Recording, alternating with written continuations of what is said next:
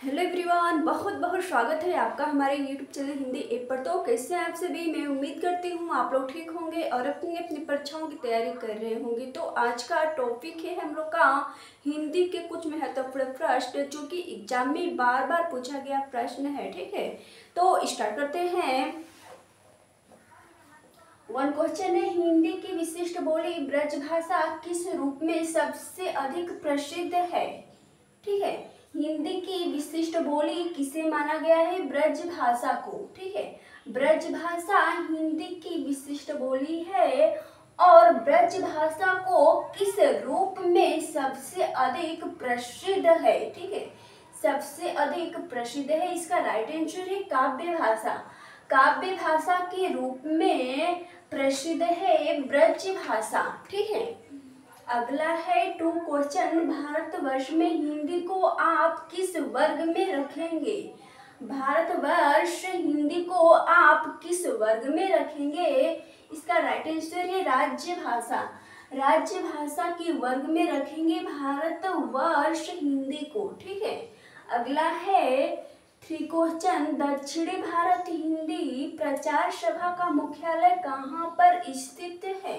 ठीक है, दक्षिणी भारत हिंदी प्रचार सभा का मुख्यालय है चेन्नई। कहाँ पर है? चेन्नई में है।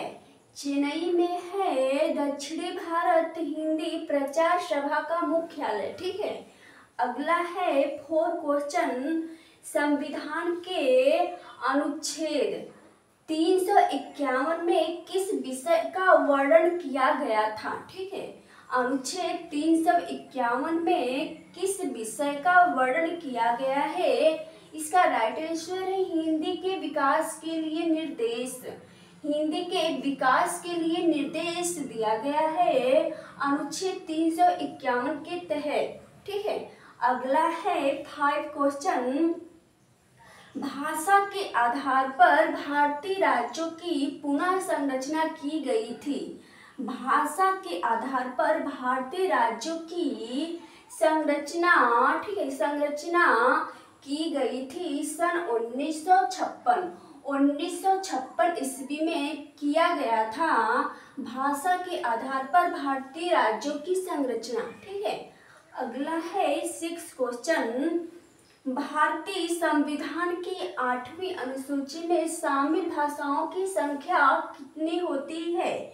भारतीय संविधान 8वीं की अनुसूची में भाषा की संख्या कितनी है? इसकी राइट आंसर है 22। कितनी है? 22 है।